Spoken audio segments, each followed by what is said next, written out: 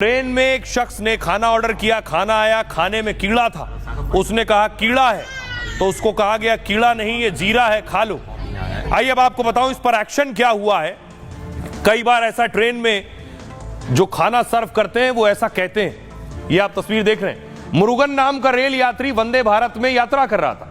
इसी यात्रा के दौरान ट्रेन में उसे खाने के लिए सांभर परोसा गया, लेकिन खाने का बॉक्स खोला तो उसमें 3 कीड़े तैर रहे थे। कीड़े देखकर मुरुगन ने विरोध किया।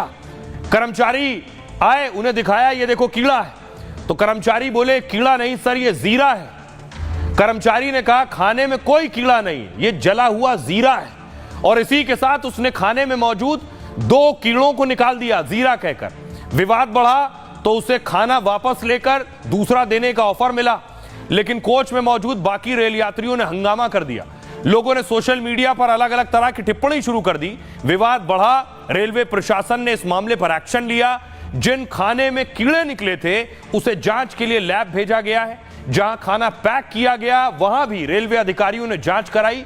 जांच में सामने आया कि कीड़े खाने के कंटेनर में फंसे हुए थे।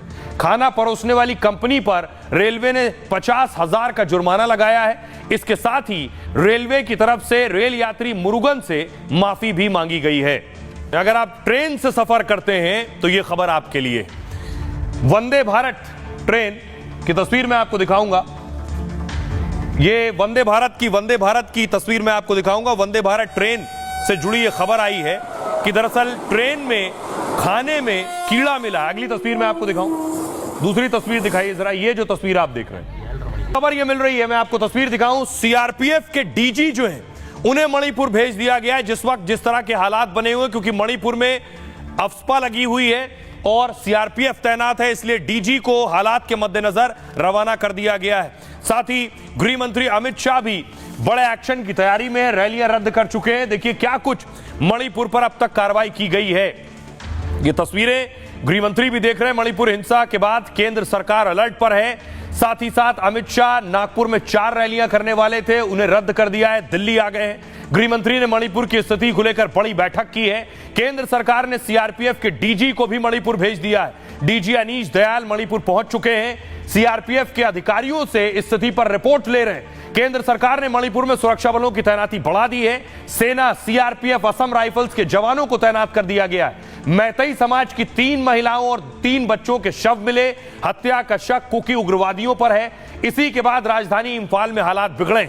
लोगों ने सीएम समेत कई विधायकों के घरों पर हमला कर दिया। तोड़फोड़, आगजनी के आरोप में 23 लोगों को गिरफ्तार किया गया है। फेक न्यूज रोकने के लिए राजधानी इंफाल में इंटरनेट सर्विस बैन है।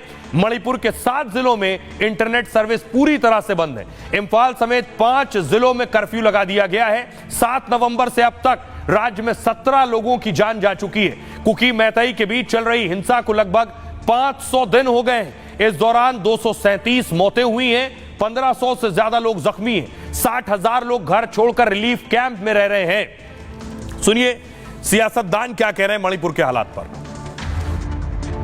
मोदी जी अभी दुनिया की चक्कर लगा रहे हैं। कल तक तो महाराष्ट्र और झारखंड में रहे हैं, तो उनको कोई चिंता नहीं देश की। सिर्फ अपना प्रचार करना, खुर्ची बचा लेना, इसमें बहुत मशहूर है। उन्होंने वही काम करते हैं। इरफान अंसारी और आलमगीर आलम को संथाल का सोचना चाहिए, फिर मणिपुर का बारे में भी सोचो। मणिपुर का बारे में आप ज़्यादा सोचते हो, लेकिन झारखंड का बारे में आप कम सोचते हो। यही सबसे बड़ा समस्या है। ये तो खुलाम लूटे जा रहा है झारखंड में। प्रधानमंत्री सारी दुनिया का दौरा कर रहे हैं, लेकिन मणिपुर जाने की उनको फुर्सत नहीं है। ये क्या कारण है, ये देखना पड़ेगा कि आखिर इस तरह से एक ऐसे राज्य के साथ और वहाँ के बाशिंदों के साथ, वहाँ के नागरिकों के साथ ये केंद्र सरकार क्यों अन्याय कर रही है। सब कुछ सत्ता वियोग में हो रहा है, सत्ता पाने की बेचैनी में हो रहा है और दुष्प्रचार का सहारा लेते हैं।